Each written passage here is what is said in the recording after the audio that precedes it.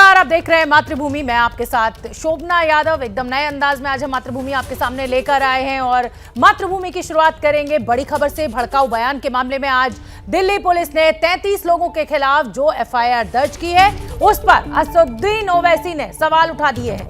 Tweet करते हुए उन्होंने कहा कि वो डरने वाले नहीं है। दिल्ली पुलिस पर सवाल उठाते हुए नुपुर शर्मा, नवीन जिंदल और यति के खिलाफ की गई कार्रवाई को देरी से उठाया गया और कमजोर कदम कहा है। ओवैसी ने पुलिस से ही सवाल पूछा कि वो बताएं कि उनका अपराध क्या है। कहा, किस बयान की वजह से मेरे खिलाफ एफआईआर दर्ज हुई मुझे नहीं मालूम, मैंने कोई भड़काऊ बयान नहीं दिया।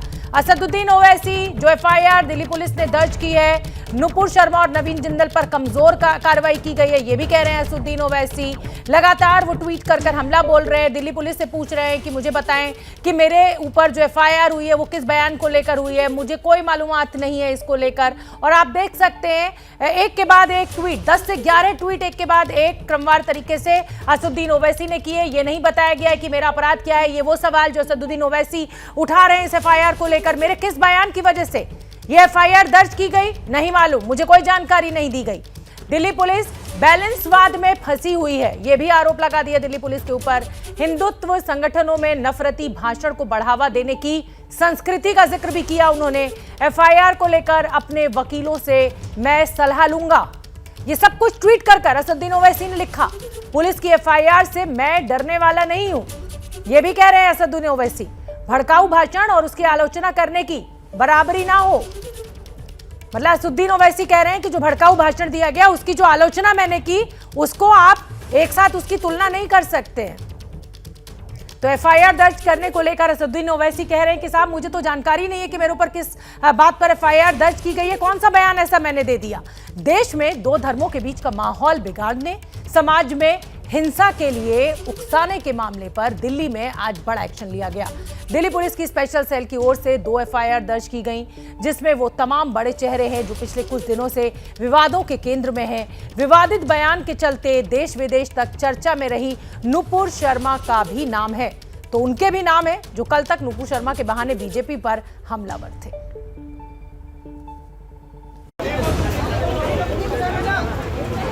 नुपुर शर्मा के बयान पर थम नहीं रहा सियासी संग्राम। ये तस्वीरें दिल्ली के संसद मार्ग थाने की।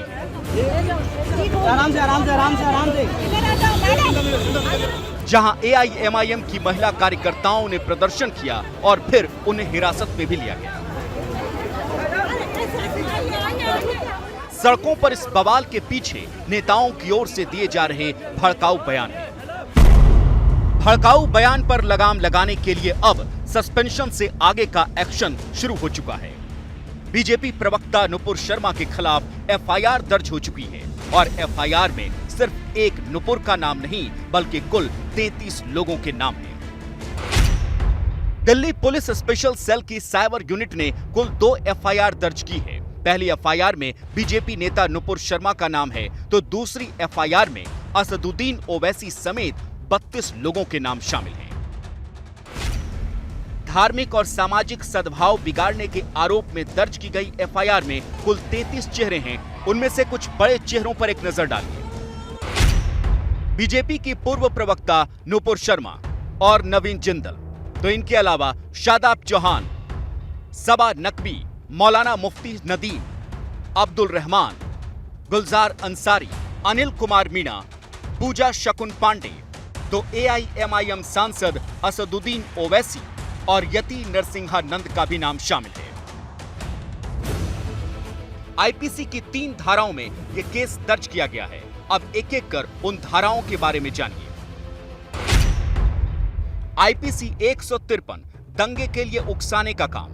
आईपीसी की धारा 295 दूसरे धर्म का अपमान करना। आईपीसी की धारा 505 दो समुदायों के बीच दुश्मनी बढ़ाना। आप क्या मानते हैं जो मोदी जी और अमित शाह जी के बारे में कहा जा रहा है कि उन्होंने ये फैसला लिया है, वो सही है या गलत? पहली बात यह कि देश के लिए मोदी जी ने, अमित शाह जी ने जो कुछ भी किया है, अगर आप पिछले 8 वर्षों में देखो, इस धरती पर इससे पहले किसी भी देश के राजनेता ने नहीं किया। तो ऐसे समय में देश की रक्षा के लिए अगर कुछ बलिदान भी होते हैं तो उस पर किसी को परवाह नहीं करनी चाहिए।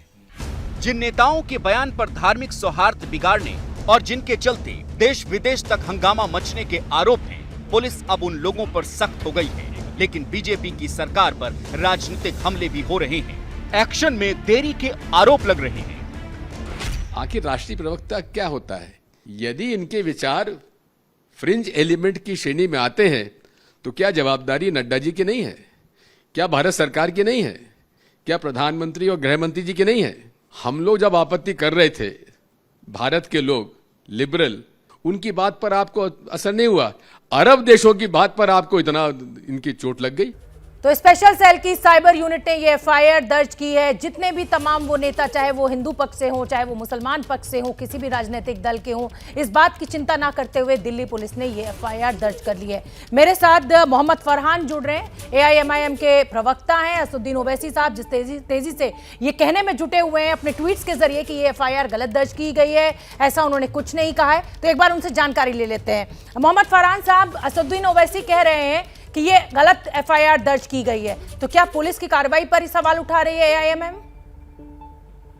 देखिए मैडम, बैरिस्टर असदुद्दीन ओवैसी साहब का जो कद है वो केवल राष्ट्रीय नहीं अंतर्राष्ट्रीय स्तर पर भी पहचाना जाता है। दूसरी चीज मैं कहना चाहता हूँ, दलित, शोषित, वंचित और मुसलमानों की हक की आवाज उठाने वाले के खिलाफ एफआईआर करना, इस बात की मैं कड़े शब्दों में निंदा करता हूं। पूरी एमआईएम पार्टी करती है और ये पूरी कौम कर रही है।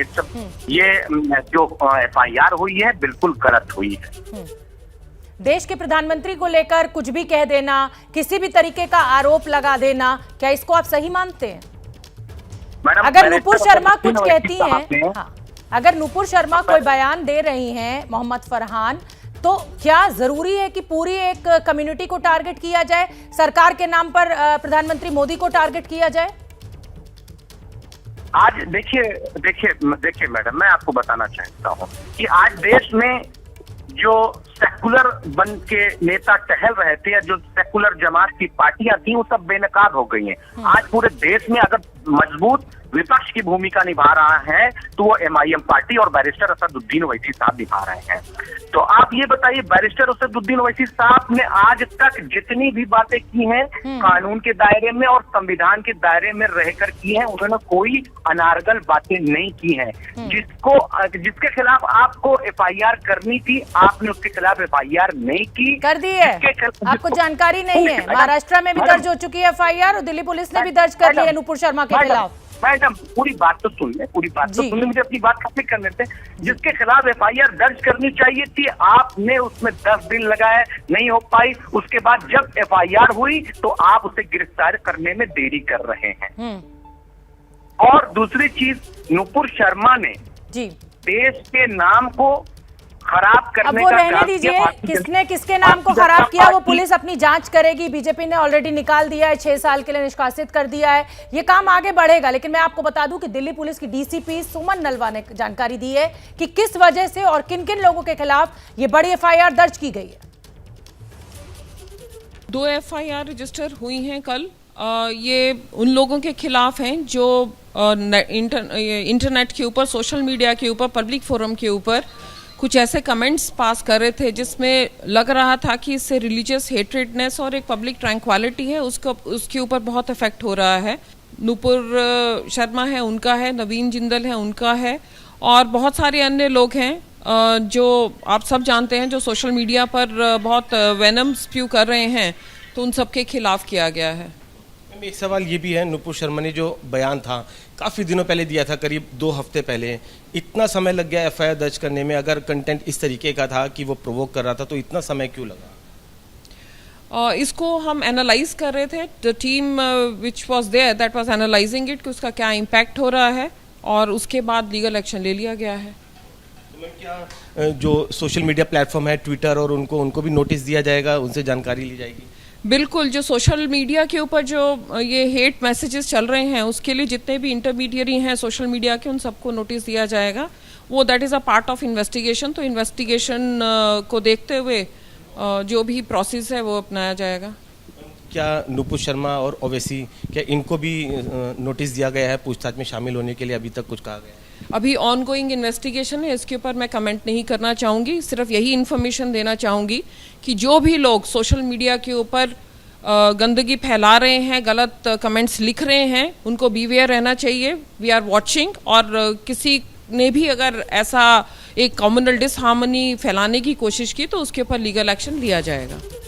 तो दिल्ली पुलिस की डीसीपी कह रही हैं कि पहले हम जांच कर रहे थे, हमने पूरी जो खबर थी, जो पूरी जो ट्वीट था या जो भी सोशल मीडिया पर शेयर किया गया था, उसको पहले हमने आंकलन किया उसका, और उसके बाद ये एफआईआर दर्ज की। इस खबर पर हमारे साथ जुड़ रहे हैं हमारे संवाददाता वरुण जैन। वरुण, मैं जानना चाहूंगी कि जितने भी लोग गिरफ्तार हुए हैं, देखिए नूपुर शर्मा तो मीडिया डिबेट में उन्होंने जिस तरीके की बात कही, और भी जो बीजेपी के नेता हैं उन्होंने ट्वीट किया या कुछ भी फेसबुक पर डाला कि जो तमाम लोगों के खिलाफ एफआईआर की गई है, क्या वो सिर्फ और सिर्फ सोशल मीडिया पर हेट्रेड फैलाने के आरोप में की गई है या कुछ और मामले भी हैं?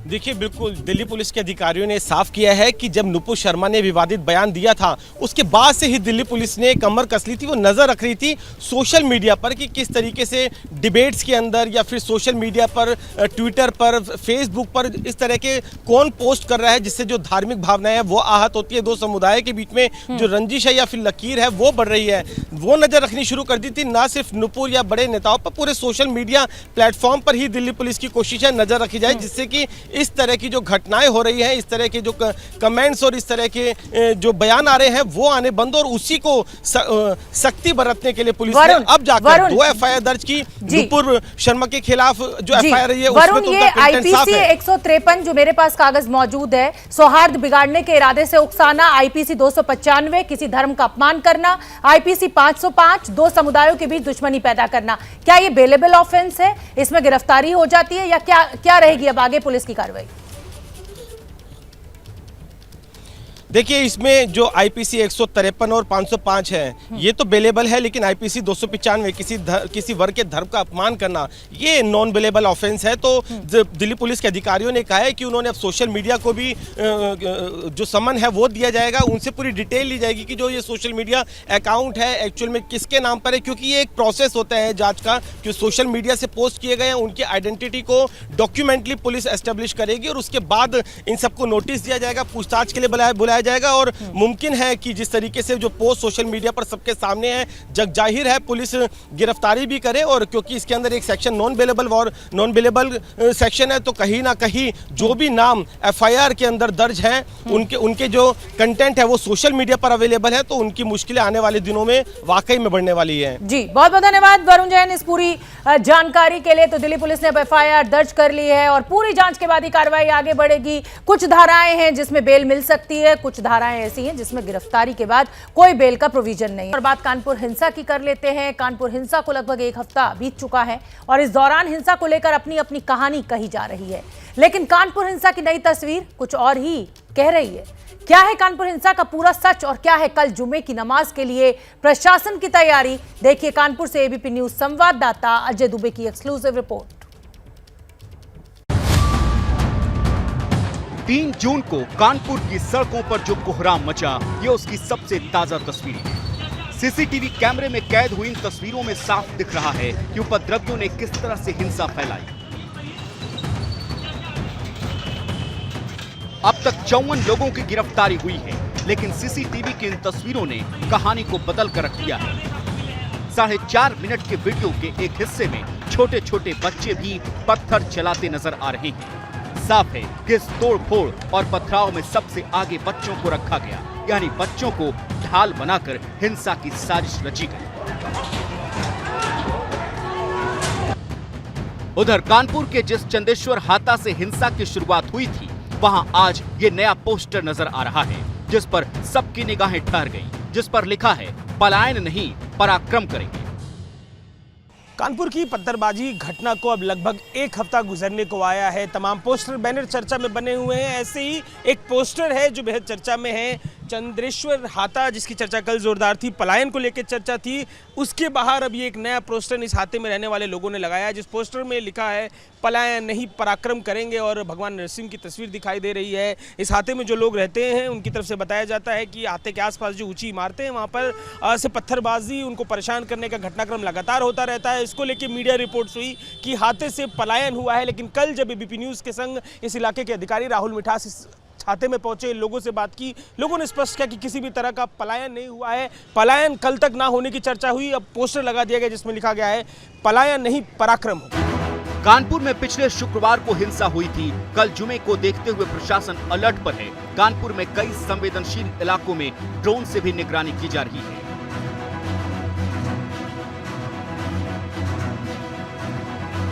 हिंसा के बाद कमान संभालने वाले डीएम भी शांति व्यवस्था कायम करने और हर चुनौती से निपटने के लिए पूरी तरह तैयार नजर आ रही हैं।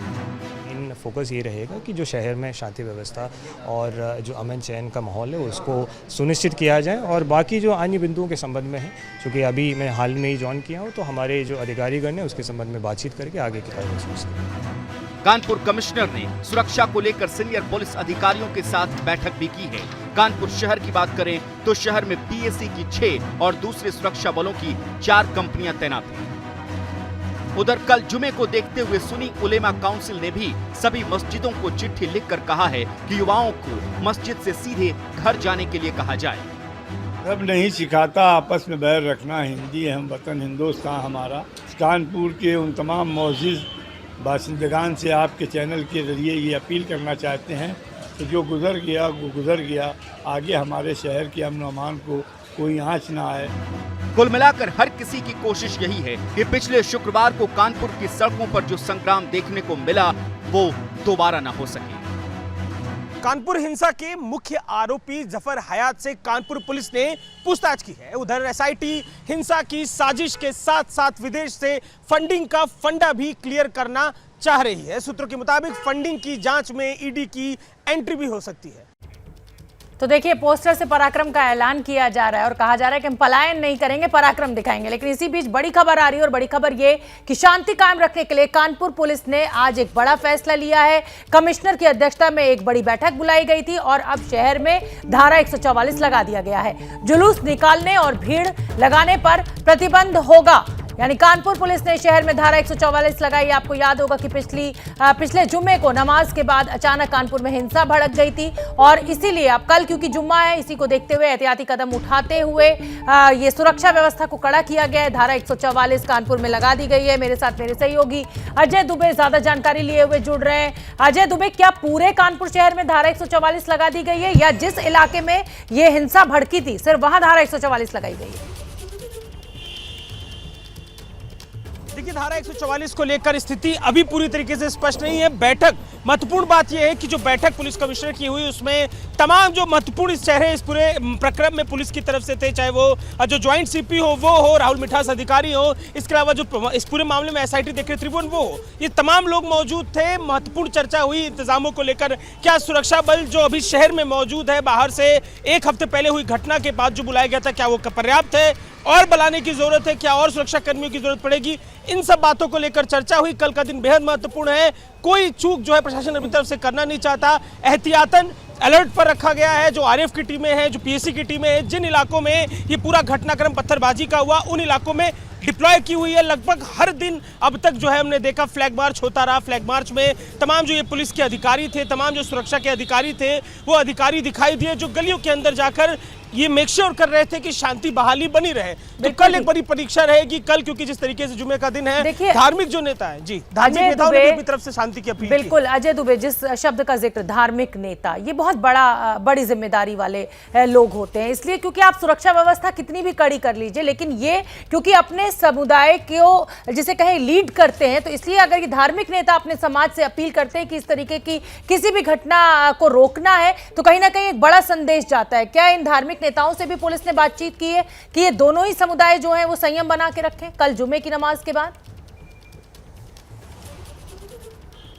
निश्चित ही शाम को मुझे जो सूचना सुबह डीएम ने दी थी कि एक इस तरीके की बैठक होने वाली है जिसमें जो सामाजिक सर्कल, सोशल सर्कल में जो महत्वपूर्ण चेहरे चाहे धार्मिक या सामाजिक स्तर पे होते हैं, उनसे मेक श्योर किया जाएगा संवाद करके कि शांति की अपील की जाए। इस पूरे मामले में जैसा कि धार्मिक नेता का हम जिक्र कर रहे हैं, जो शहर काजी हैं उनको लेके एक एफआईआर है। शहर काजी ने पहले जो कहा था कि अगर इमारतों को तोड़ने या कुछ ऐसा कुछ घटनाक्रम हुआ तो कफन बांध के निकलेंगे, उसको लेकर जो एक नेता है दूसरी पॉलिटिकल पार्टी के, उन्होंने थाने में जाकर शिकायत दर्ज कराई है उनके इस बयान को लेकर। तो पूरा जो घटनाक्रम है लगातार कानपुर में तेजी से पॉलिटिकली और रिलीजियसली एक्टिव है, लेकिन पुलिस प्रशासन मेक श्योर कर रहा है कि शांति बहाली रहे। कल का दिन बेहद महत्वपूर्ण होने वाला है।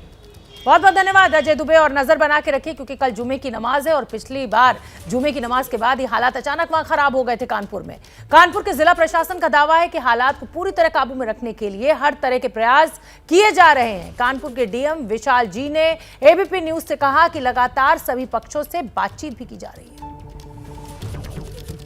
बड़ी खबर इस समय की, कानपुर के आम लोगों के साथ डीएम बैठक करेंगे, यानी डिस्ट्रिक्ट मजिस्ट्रेट, प्रशासन के सभी आला अधिकारी इस बैठक में मौजूद रहेंगे। देखिए, सुरक्षा प्रशासन कितने भी इंतजाम करे, लेकिन जो आम आदमी होते हैं उनसे बात करना बेहद जरूरी होता है और यही कदम उठाए। कानपुर में जो कुछ घटनाक्रम घटा लेकर उसको चर्चा पूरे देश में जोरों पर है। एक नए आईएएस अधिकारी ने डीएम के तौर पर ज्वाइन किया है। विशाख जी हमारे संग मौजूद हैं। सर, पिछला हफ्ता शहर के लिए बेहद चुनौतीपूर्ण रहा था, क्या तैयारी आप लोग की तरफ से है इस हफ्ते के लिए? देखिए, पिछले विगत कई दिनों से शहर में जो स्थानीय स्तर पर पुलिस प्रशासन, कमिश्नरेट पुलिस के द्वारा भी और हमारे मजिस्ट्रेट्स के द्वारा भी लगातार शहर में भ्रमण करके, शहर में जो महत्वपूर्ण स्थानों में स्वयं मौजूद रह करके और जो स्थानीय लोगों के साथ संवाद स्थापित करते हुए शहर में एक शांति का एक वातावरण बनाने का पूरा प्रयास किया जा रहा है। और उसी कड़ी में आज शाम को एक बैठक भी आयोजित किया गया है। तो लगातार संवाद स्थापित किया जा रहा है और पूरी तरह से में अगर बताएं कौन कौन इस बैठक में, किन किन को बुलाया? इसमें जो जितने भी गणमान्य व्यक्ति हैं जो क्षेत्र में हैं, जो जितने भी जो क्षेत्र के जो मुख्य जो गणमान्य नागरिक हैं उनको आमंत्रित किया गया और प्रशासनिक अधिकारी भी मौजूद रहेंगे और हम लोग बातचीत करेंगे। सर, पिछले दिनों जो डीएम मैडम थी वो बता रही थी कि उन लोग सर्वे करवा रहे, डीएम डिपार्टमेंट है आपका, वो सर्वे करा रहा था फर्जी इमारतों को जहाँ से पत्थरबाजी हुई थी। आखिरी सवाल इसी को लेकर है, उसको लेकर कोई फैसला हुआ है क्या? कल के दिन उनके ऊपर कोई नजर रहेगी क्या उन इमारतों? देखिए, कल के दिन का मेन फोकस ये रहेगा कि जो शहर में शांति व्यवस्था और जो अमन चैन का माहौल है उसको सुनिश्चित किया जाए। और बाकी जो अन्य बिंदुओं के संबंध में है, क्योंकि अभी मैं हाल में ही ज्वाइन किया हूँ, तो हमारे जो अधिकारीगण हैं उसके संबंध में बातचीत करके आगे की कार्रवाई सुनिश्चित की ये मैं जिन्होंने ज्वाइन किया है और तमाम जो सूचनाएं हैं वो हमें दे रहे हैं। कल को लेकर क्या तैयारी है उसको लेकर। राजेश पांडे, कैमरा पर्सन के संग, अजय दुबे, एबीपी न्यूज, कानपुर। तो कानपुर शहर के डीएम जो है विशाख जी, वो यही जानकारी देते हुए कि पुलिस और प्रशासन की पूरी कोशिश रहेगी कि कल जो माहौल है उसको शांतिपूर्ण बना के रखा जाए। जो आम लोग हैं उनके साथ बैठक की जा रही है, जो धार्मिक नेता हैं उनके साथ बैठक की जा रही है। पुलिस के आला अधिकारियों ने आज कमिश्नर की अध्यक्षता में बैठक की और फैसला लिया कि धारा 144 लगाई जाएगी। डीएम भी यही कह रहे हैं कि पूरी कोशिश पुलिस प्रशासन की यही है कि किसी भी तरीके से माहौल खराब ना हो, जो असामाजिक तत्व हैं उन पर नजर रखी जाएगी। बड़ी संख्या में पुलिस बल को तैनात कर दिया गया है। इस साल गर्मी ने परेशान कर रखा है, हर जगह रिकॉर्ड तोड़ रहा है जो तापमान है। देश के कई इलाकों में पानी की किल्लत सामने आ रही है। ऐसी तस्वीरें सामने आई हैं नासिक के तोंडवल गांव से। कुएं में पानी का स्तर घट गया है। ऐसे में महिलाओं को पानी निकालने में बेहद मुश्किलों का सामना करना पड़ रहा है। इतना ही नहीं, जो पानी निकल रहा है उसे भी छान कर पीना पड़ रहा है। ये तस्वीरें महाराष्ट्र के गांव की हम आपको दिखा रहे हैं। नासिक के तोंडवल गांव की ये तस्वीरें आप देख सकते हैं। महिलाओं को प्लास्टिक के डिब्बों से पानी निकाल रही हैं। जलस्तर जो है वो बेहद नीचे चला गया है। पानी के साथ मिट्टी आ रही है, पानी को छानना पड़ रहा है। देश भर में गर्मी की मार के चलते ये पानी की दिक्कत सामने आ रही है, लेकिन राजनीतिक दलों का जो ध्यान है वो मंदिर मस्जिद पर अटका हुआ है। किसी का ध्यान इस समस्या की ओर है नहीं कि लोगों को पानी तक के लिए। आजादी का 75वां साल, अमृत महोत्सव मना रहा है देश, लेकिन देश के नागरिक जो हैं वो पीने के पानी के लिए तरस रहे हैं। गंदा पानी पीने के लिए मजबूर हैं। पानी छान कर पीना पड़ रहा है। पाइपलाइन आज तक नहीं बिछ पाई है। उसी 1947 में है जहां कुएं से पानी निकाल कर पीना पड़ रहा है इन गांव के लोगों को। तो नासिक के तोंडवल गांव की इन तस्वीरों को देखिए आप और समझिए कि यहाँ के लोगों को, यहाँ पर रहने वाली महिलाओं को किन दिक्कतों का सामना करना पड़ रहा है। क्योंकि घर में खाना बनाना है, घर साफ करना है, कपड़े धोने हैं, बर्तन धोने हैं, लेकिन पीने का भी पानी मुहैया नहीं हो रहा है। और अब मातृभूमि में मुझे दीजिए इजाजत। एबीपी न्यूज आपको रखे आगे।